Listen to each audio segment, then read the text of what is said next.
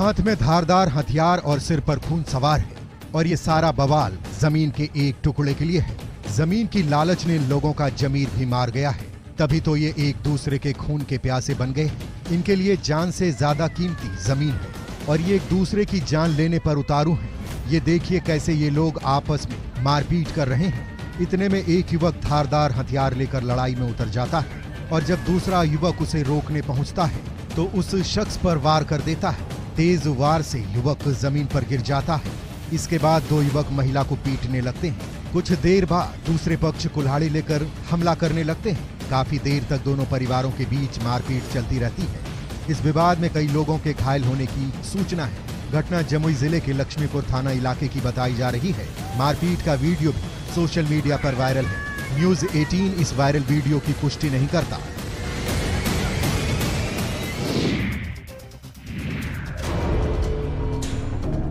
पश्चिमी सिंहभूम में दो ट्रकों की जोरदार टक्कर में दो लोगों की मौत हो गई। टक्कर इतनी जोरदार थी कि दोनों ट्रक में आग लग गई। इसमें एक ड्राइवर की मौके पर ही चोट लगने से मौत हो गई, जबकि ट्रक से निकालने की कोशिश के दौरान आग की चपेट में आने से दूसरा ट्रक ड्राइवर जिंदा जल गया। हाट गमरिया थाना क्षेत्र के कोयड़ा के पास की ये घटना है। बताया जा रहा है कि दोनों ट्रक तेज रफ्तार में कोयड़ा गांव के रास्ते से गुजर रहे थे। इसी दौरान दोनों की आमने सामने की टक्कर हो गई। टक्कर के बाद ट्रक में आग लग गई। इस हादसे में एक चालक की चोट लगने से वही मौत हो गई, जबकि दूसरा ट्रेलर में लगी आग की चपेट में आ गया और जिंदा जल गया। इस घटना के बाद घटनास्थल पर आसपास के ग्रामीणों की भीड़ लग गई।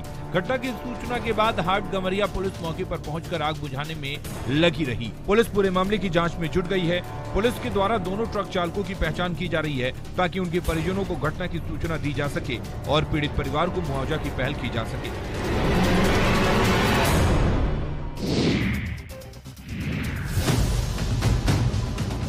बिहार में लागू शराबबंदी के बीच एक तरफ जहां कारोबारियों के द्वारा लगातार अवैध तरीके से शराब का निर्माण किया जा रहा है, तो वहीं प्रशासन के सख्त निर्देश के बाद उत्पाद विभाग ने भी अब शराब कारोबार पर अंकुश लगाने के लिए पूरी तरह कमर कस ली है। अब शराब कारोबारियों की खोज के लिए ड्रोन कैमरे का इस्तेमाल किया जा रहा है। उत्पाद विभाग के द्वारा बेगूसराय के दियारा इलाके में सघन छापेमारी की गयी, जिसमें ड्रोन कैमरे का इस्तेमाल किया गया। ड्रोन कैमरे की मदद से उत्पाद विभाग की टीम ने दर्जनों भट्टियों की तलाश की और हजारों लीटर अर्धनिर्मित महुआ शराब एवं निर्मित महुआ शराब को बरामद कर नष्ट कर दिया।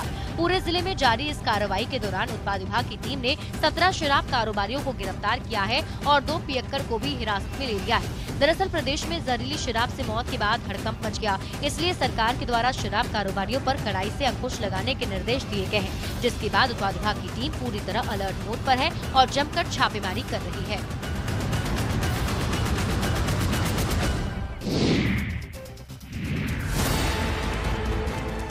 बिहार में बीएसएससी की स्नातक स्तरीय परीक्षा का आयोजन हुआ, जिसके लिए पूरे बिहार में 528 केंद्र बनाए गए। कुल 9 लाख के करीब अभ्यर्थी इस परीक्षा में शामिल हुए। परीक्षा में पहुंचने वाले छात्रों के लिए पहले ही कई गाइडलाइन जारी किए गए थे। गाइडलाइन में छात्रों को परीक्षा के लिए जूते मोजे पहनने पर रोक लगी थी, लेकिन ठंड की वजह से छात्र सेंटर पर जूता पहनकर पहुंचे, जिसे वहां उतरवा दिया गया।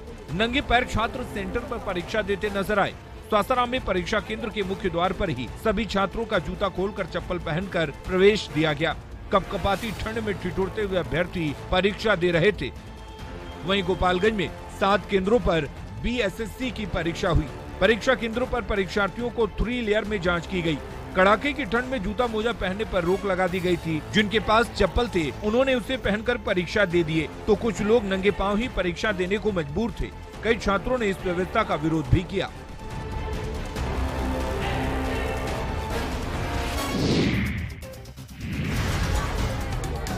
सिवान में खाद की किल्लत से किसान परेशान हैं। काफी मशक्कत के बाद खाद किसी किसी को मिल पा रही है, तो वहीं कई किसानों को खाली हाथ लौटना पड़ रहा है। सुबह से किसान खाद के लिए लाइन में तो लग जाते हैं, लेकिन उन्हें मायूसी हाथ लगती है। ये तस्वीरें मैरवा बिस्कोमान भवन की है, जहां किसान खाद के लिए कितना जद्दोजहद करते नजर आए। खाद लेने के लिए महिलाएं भी कतार में खड़ी रहीं। यूरिया खाद नहीं मिलने से किसानों को भारी परेशानियों का सामना करना पड़ रहा है। इधर नालंदा जिले के राजगीर में खाद की किल्लत से किसान परेशान नजर आए। दर्जनों गांव के सैकड़ों की संख्या में किसान यूरिया वितरण की जानकारी होने पर यूरिया के लिए दुकान पहुंच गए, लेकिन किसानों को उर्वरक नहीं मिल सका। किसानों ने कहा कि खाद के लिए मनमानी कीमत वसूली जा रही है, वहीं 380 रुपए प्रति बैग तो कहीं 400 रुपए की खाद बेची जा रही है। यूरिया की किल्लत सिर्फ राजगीर ही नहीं पूरे जिले में है, जिसकी सीधी मार किसानों को झेलना पड़ रहा है।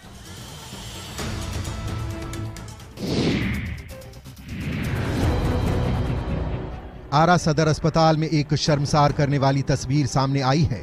सदर अस्पताल प्रशासन की कुव्यवस्था की वजह से एक महिला ने खुले में ही बच्चे को जन्म दिया। भीषण ठंड में खुले में बच्चे का जन्म होना कितना भयावह है, ये आप सोच सकते हैं। दरअसल महिला प्रसव के लिए अस्पताल पहुंची, लेकिन डॉक्टरों ने खून की कमी होने की बात कही और महिला के पति को खून का इंतजाम करने को कहा, लेकिन तब तक महिला को अस्पताल में भर्ती नहीं किया गया, जिसके बाद महिला ने खुले में ही बच्चे को जन्म दे दिया।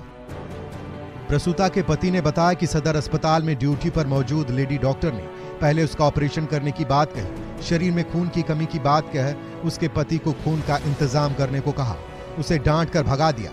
इन सब के बीच प्रसव पीड़ा से करा रही प्रसूता को प्रसव विभाग में ड्यूटी कर रही लेडी डॉक्टर और किसी भी कर्मचारी ने ना तो भर्ती किया और ना ही उसकी कोई सुध ली। तभी महिला ने खुले में ही बच्चे को जन्म दिया।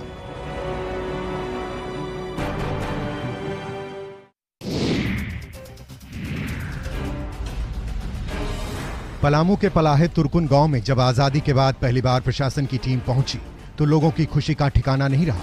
यहां अधिकारियों के साथ पहुंचे डीसी ने लोगों से उनकी समस्या सुनी, साथ ही उनके समाधान का हर संभव भरोसा दिया। पलाहे तुर्कुन गांव नौडीगा प्रखंड के करकट्टा पंचायत में पहाड़ों पर बसा है, जहां जाने के लिए सड़क तक नहीं है। ऐसे में डीसी की टीम पैदल ही पहाड़ी रास्तों से होते हुए गांव तक पहुंची। लोगों तक सरकारी योजना का लाभ पहुंचाने का निर्देश देते हुए डीसी ने युवाओं से मुख्य धारा से भी जुड़े रहने की अपील की।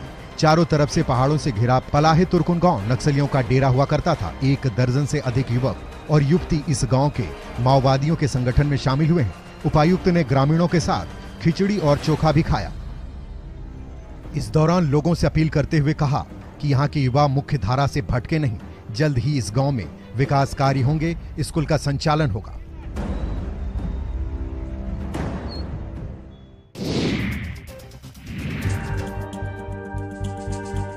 भागलपुर के सारठ डहरपुर पंचायत का लकरा गांव अपनी बदहाली पर आंसू बहा रहा है। इस गांव में आज तक विकास के नाम पर सिर्फ बिजली ही आई है। मुख्य सड़क से गांव पहुंचने के लिए पक्की सड़क भी नहीं। बीमार पड़ने पर लोग मरीज को चारपाई पर लेकर डॉक्टर के पास जाते हैं। गांव में पीने के पानी का इंतजाम भी नहीं है। लोगों को कुएं का पानी पीना पड़ता है और वो भी सूखने की कगार पर है। यहाँ ना तो स्कूल है और ना ही स्वास्थ्य केंद्र है, जिससे लोगों को काफी परेशानियों का सामना करना पड़ता है। विकास के नाम पर सिर्फ और सिर्फ बिजली ही पहुंच सकी है। गांव के लोगों को कोई सरकारी मदद भी नहीं मिल पाती है। मूलभूत सुविधा की कमी के कारण गांव में युवक युवतियों की शादी भी नहीं हो पाती है। इस गांव से अब तक कई परिवार अपना घर छोड़कर तो कई परिवार घर बेचकर पलायन कर चुके हैं। शासन प्रशासन से कई बार इसकी शिकायत की जा चुकी है, लेकिन यहाँ किसी ने इस गाँव की ओर ध्यान नहीं दिया, जिसके कारण अब ये गाँव वीरान होने लगा है।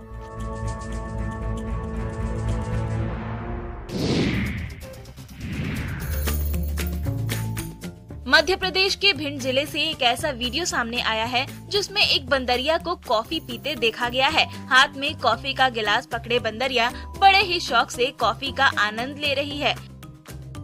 ये वीडियो भिंड जिले के कूफ कस्बा इलाके का है। वीडियो में देखा जा सकता है कि एक बंदरिया बड़े चाव के साथ कॉफी पी रही है। वो रोजाना इसी तरह से कॉफी पीती है। आसपास के दुकानदारों का कहना है कि रोज सुबह वो कॉफी के लिए दुकानदारों को परेशान करने लगती है।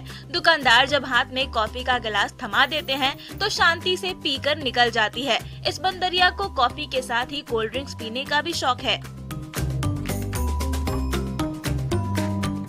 कस्बे में इस बंदरिया को लोग छोटू के नाम से बुलाते हैं। कॉफी की शौकीन बंदरिया कस्बे में कुछ दुकानदारों की चहेती है तो कई को परेशान करती है। परेशान उसी को करती है जिससे उसे हमले का डर रहता है।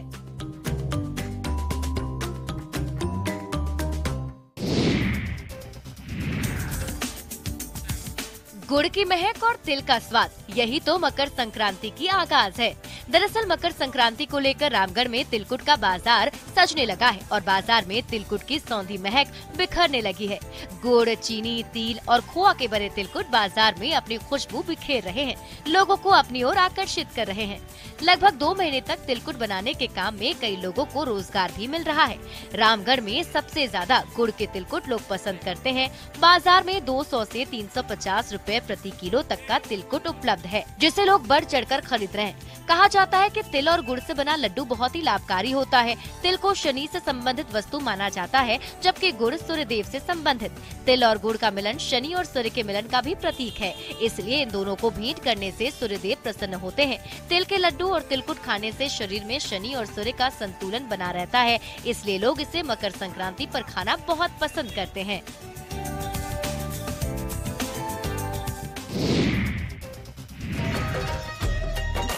पटना में 27, 28 और 29 दिसंबर को मनाए जाने वाले दशमेश पिता गुरु गोविंद सिंह जी महाराज के 356वें प्रकाश पर्व को लेकर 7वें दिन भी श्रद्धालुओं द्वारा प्रभात फेरी निकाली गई। पंच प्यारों की अगुवाई में तख्त श्री हरमंदिर जी पटना साहिब से निकाली गई प्रभात फेरी गुरहट्टा सोनार टोली गुरुद्वारा से होते हुए नगर भ्रमण करते हुए वापस तख्त श्री हरमंदिर जी पटना साहिब पहुंची। प्रभात फेरी में श्रद्धालु वाहे गुरु का मंगल पाठ करते नजर आए। 27 दिसंबर को तख्त श्री हरमंदिर जी पटना साहिब से श्रद्धालुओं द्वारा बड़ी प्रभात फेरी निकाली जाएगी। वहीं प्रकाश पर्व को लेकर 26 दिसंबर को गायघाट गुरुद्वारे में 3 दिवसीय अखंड पाठ शुरू होगा। इसके साथ ही उसके अगले दिन 27 दिसंबर को तख्त श्री हरमंदिर जी पटना साहिब में 3 दिवसीय अखंड पाठ होगा। गायघाट गुरुद्वारे में अखंड पाठ की समाप्ति पर 28 दिसंबर को गुरुद्वारे से भव्य नगर कीर्तन निकाला जाएगा, जिसमें हजारों की संख्या में श्रद्धालु भाग लेंगे।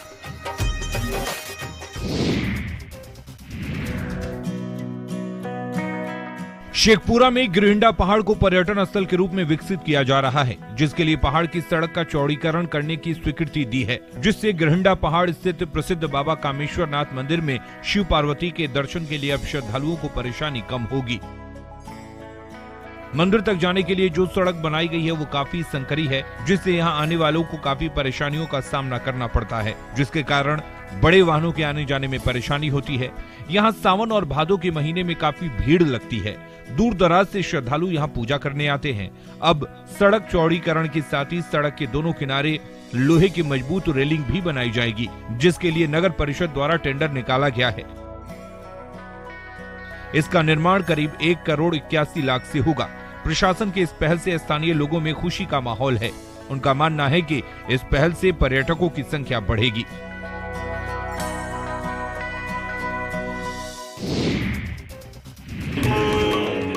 एक महीने बोध गया प्रवास के दौरान बौद्ध धर्मगुरु दलाई लामा दूसरे दिन महाबोधि मंदिर पहुंचे, जहां उन्होंने गर्भगृह में भगवान बुद्ध के दर्शन किए और विशेष पूजा अर्चना की। वहीं दलाई लामा पवित्र बोधि वृक्ष के नीचे कुछ देर बैठकर साधना भी किए। वहीं इनकी सुरक्षा को लेकर चाक चौबंद व्यवस्था की गई थी। दलाई लामा तिब्बती बौद्ध मोनेस्ट्री में ठहरे हुए हैं। दलाई लामा 1 महीने के प्रवास पर बोध गया में रहेंगे। इस दौरान 3 दिनों तक टीचिंग कार्यक्रम का भी आयोजन किया गया है। 29, 30 और 31 दिसंबर को कालचक्र मैदान में टीचिंग किया जाएगा, जिससे सुनने के लिए कई देशों से हजारों श्रद्धालु पहुंच रहे हैं। ऐसे में सुरक्षा को लेकर भी व्यापक इंतजाम किए गए हैं। करीब 2000 से भी अधिक अतिरिक्त पुलिस बल की तैनाती की गई है। करीब 3 साल बाद दलाई लामा बोध गया पहुंचे हैं, जिसको लेकर अब बोध गया में विदेशी श्रद्धालुओं की भीड़ देखने को मिल रही है।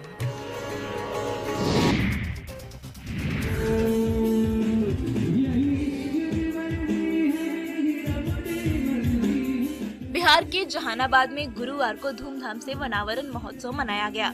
इस महोत्सव में विभिन्न कलाकारों ने अपनी प्रतिभा का प्रदर्शन किया और दर्शकों का मन मोह लिया।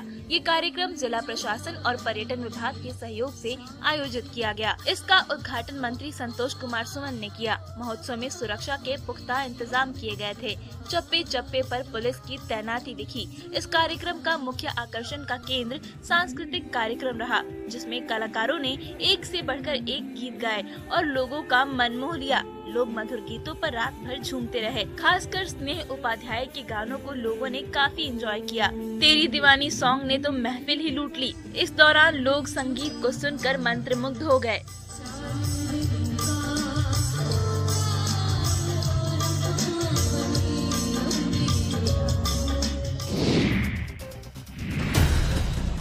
बेगूसराय में बालू का अवैध खनन रुकने का नाम नहीं ले रहा है। कारोबारी पूरी रात धड़ल्ले से बालू की ढुलाई करते हैं।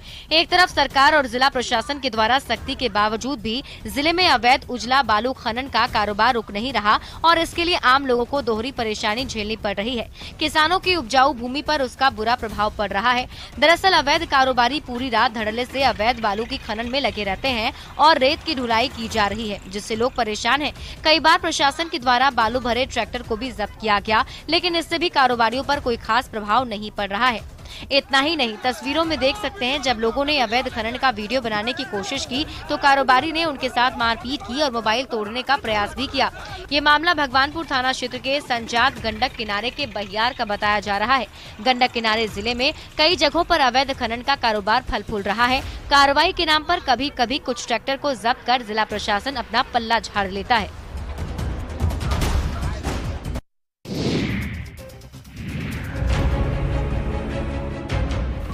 नवादा में चोरों ने जमकर तांडव मचाया है और चोरी की भीषण घटना को अंजाम दिया है। चोरों ने रो बाजार स्थित गणपति ज्वेलर्स में दुकान की दीवार काट दी। एक दुकान से चोरी कर पहुंचे चोर यहां भी बड़ी वारदात को अंजाम देने वाले थे, लेकिन शोर शराबा सुनकर लोग सतर्क हो गए और चोर गणपति ज्वेलर्स में बिना चोरी किए ही भागने में कामयाब रहे। हालांकि चोरों ने चोरी करने की नीयत से दीवार जरूर तोड़ दी। भागने के क्रम में चोरों ने 2 राउंड फायरिंग भी की। जिस दुकान में चोरी की गई वहां रखे सोने चांदी के नए और पुराने गहने पर हाथ साफ किया। वहीं दुकान में रखे नगद को भी चोर अपने साथ लेकर चलते बने। रोह बाजार स्थित सीऊर जाने वाली रोड में ये घटना हुई है। घटना की जानकारी मिलते ही स्थानीय पुलिस ने मौके पर पहुंचकर छानबीन शुरू कर दी। फिलहाल पीड़ित दुकानदार ने पुलिस को आवेदन देकर चोरों को पकड़ने की गुहार लगाई है। आपको बताते चले कि ठंड बढ़ने के साथ ही चोरी की घटनाओं में इजाफा हो जाता है और जिले में ऐसी कई घटनाएं अब तक हो चुकी हैं।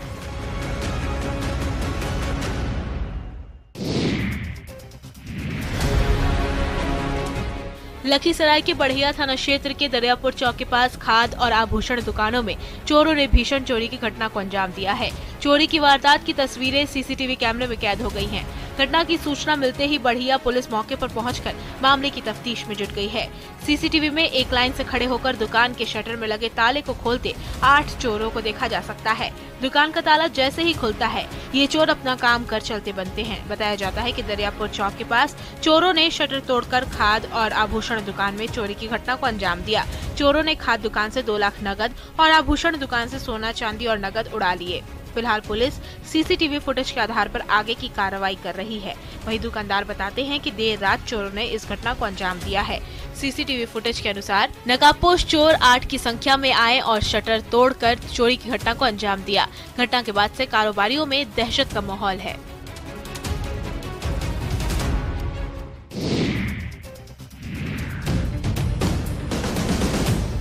गुमला रायडी प्रखंड के अति नक्सल प्रभावित क्षेत्र ऊपर खटंगा पंचायत स्थित गोबी टोला के राजकीयकृत मध्य विद्यालय के 2 शिक्षकों से नक्सली संगठन के नाम पर 15-15 लाख रुपए की चिट्ठी के माध्यम से लेवी की मांग की गई है। साथ ही 3 दिनों तक स्कूल बंद रखने का फरमान जारी किया गया है। पर्चा विद्यालय परिसर के रसोई रूम में अतिरिक्त ताला लगाकर छोड़ा गया था, जिसमें लेवी की मांग की गई थी। बताया जाता है कि पिछले 2 दिनों से स्कूल में पोस्टर और काला झंडा लगाकर लेवी की मांग की जा रही है, जिससे टीचर सहित ग्रामीण भयभीत नजर आ रहे हैं। काला झंडा फहराने और पोस्टर चिपकाकर स्कूल के 2 शिक्षकों से लेवी मांगने के मामले की जांच करने पुलिस मौके पर पहुंची। इस दौरान पुलिस ने बताया कि ये कार्रवाई माओवादियों के ये स्कूल में रसोईया पद को लेकर चल रहे विवाद के कारण गाँव के ही लोगों ने अंजाम दिया है। मामला सुर्खियों में आने के बाद एएसपी अभियान मनीष कुमार ने पूरे दल बल के साथ पहुंचकर छानबीन की और मामले को जल्द सुलझा लेने का भरोसा दिया।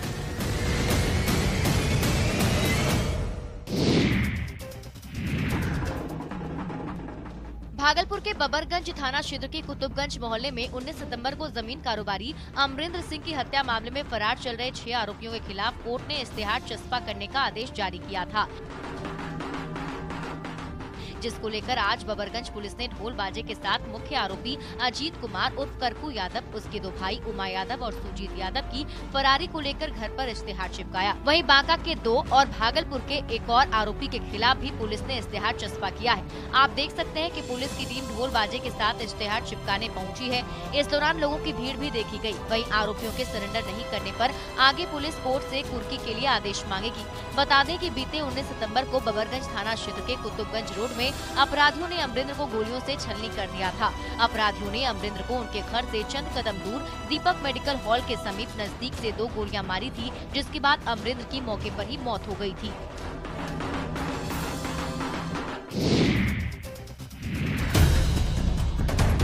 कोरोना का नया वेरिएंट भारत में दस्तक दे चुका है, लेकिन कोरोना से लड़ने की तैयारियों में सिमडेगा स्वास्थ्य विभाग काफी पिछड़ा नजर आ रहा है। आप सदर अस्पताल के आईसीयू के बाहर लटकते ताले को ही देखिए। खतरे की घंटी बजने के बाद भी यहाँ स्वास्थ्य विभाग सजग नहीं हुआ है, खासकर उस समय जब क्रिसमस और न्यू ईयर का समय नजदीक है। इस समय लोगों की भीड़ बढ़ेगी।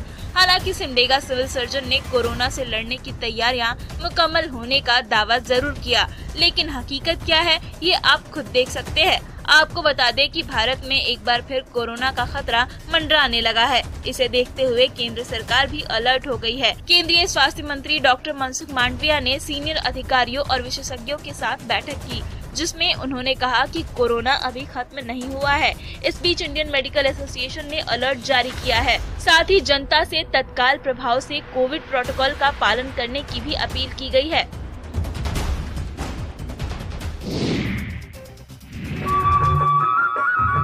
सिमडेगा में क्रिसमस के साथ साथ नए साल के आगमन की खुमारी भी चरम पर पहुंचने लगी है। पर्यटन स्थलों पर लोगों के पहुंचकर पिकनिक मनाने का दौर शुरू हो गया है। सिमडेगा के खूबसूरत बसंतपुर में ऐसा ही नजारा देखने को मिला। काफी संख्या में स्कूली छात्राएं और शिक्षक यहां पहुंचे थे, जो क्रिसमस छुट्टी से पहले नव वर्ष के स्वागत की खुमारी में वनभोज का लुत्फ उठाते नजर आए। यहाँ लोगों ने वनभोज के साथ साथ जमकर डांस भी किया। बता दें कि वनभोज सालों से चली आ रही एक परंपरा है, जिसमें लोग घर के बाहर भोजन करते हैं या यूँ कहिए कि पिकनिक मनाते हैं। हालांकि ये परंपरा कब शुरू हुई पता नहीं, लेकिन लोग कहते हैं कि ये परंपरा बहुत पुरानी है। ये प्रकृति के साथ नए साल के उत्सव का प्रतीक हो गया है। दिसंबर के अंत और जनवरी के पहले सप्ताह और उसके बाद भी इसका आयोजन होता है।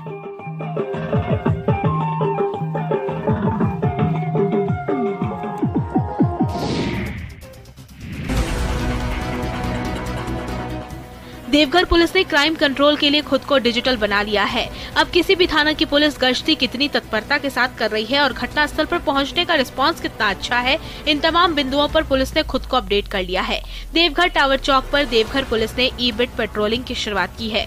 एसपी सुभाष चंद्र जाट ने बताया कि ई-बिट पेट्रोलिंग एक ऐसा सशक्त माध्यम है जिसके बाद अब पेट्रोलिंग पार्टी शहर की जगह जगह पर लगे QR सिस्टम को स्कैन करेंगे, जिससे उनकी उपस्थिति भी दर्ज होगी और देवघर मुख्यालय को भी जानकारी रहेगी कि कौन सी पेट्रोलिंग पार्टी कहां पर भ्रमण कर रही है।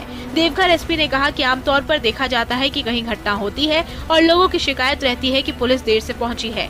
ई-बिट पेट्रोलिंग सिस्टम से ये पता चल जाएगा कि पुलिस कितने समय अंतराल के बाद वहां मौजूद थी। आपको बता दें कि देवघर में कुल 66 जगह QR सिस्टम लगाया गया है।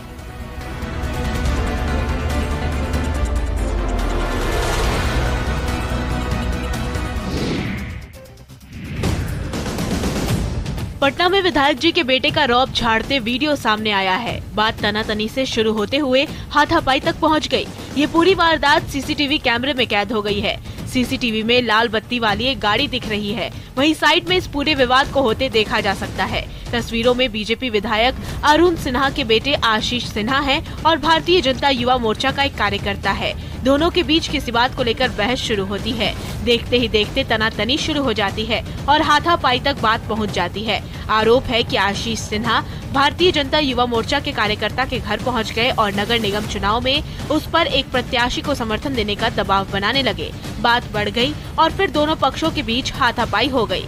घटना की सारी तस्वीर सीसीटीवी कैमरे में कैद हो गई है। बाद में विधायक के बेटे और भारतीय जनता युवा मोर्चा के कार्यकर्ता संतोष ने एक दूसरे के खिलाफ कदमकुआं थाने में केस दर्ज करवा दिया है। दोनों के खिलाफ पुलिस ने केस रजिस्टर कर मामले की छानबीन शुरू कर दी है।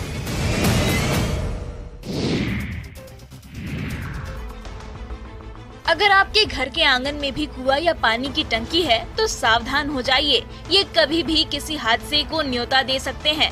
इसी बीच मध्य प्रदेश के दमोह से रोंगटे खड़े कर देने वाला एक सीसीटीवी फुटेज सामने आया है। दरअसल एक 7 साल का बच्चा खेलने के दौरान 40 फुट गहरे कुएं में गिर गया। राहत की बात ये रही कि घटना के वक्त बच्चे का एक दोस्त वहीं खेल रहा था। उसने बच्चे को कुएं में गिरता देख लिया, जिसके बाद आनन फानन में कुएं में रस्सी डालकर बच्चे को बचा लिया गया। घटना के सीसीटीवी में देखा जा सकता है कि घर के आंगन में 2 बच्चे खेल रहे हैं। तभी खेलते समय एक बच्चा 40 फीट गहरे कुएं में गिर जाता है। दूसरा बच्चा वहीं पर साइकिल चला रहा होता है। वो अपने दोस्त को कुएं में गिरता देख लेता है और जल्द से अपने साथी की मदद के लिए दौड़ता है। बच्चों की चीख पुकार सुनकर परिजन घर से बाहर दौड़ते हैं। तुरंत बच्चे को बचाने के लिए कुएं में रस्सी फेंकी जाती है और बच्चे को बचा लिया जाता है।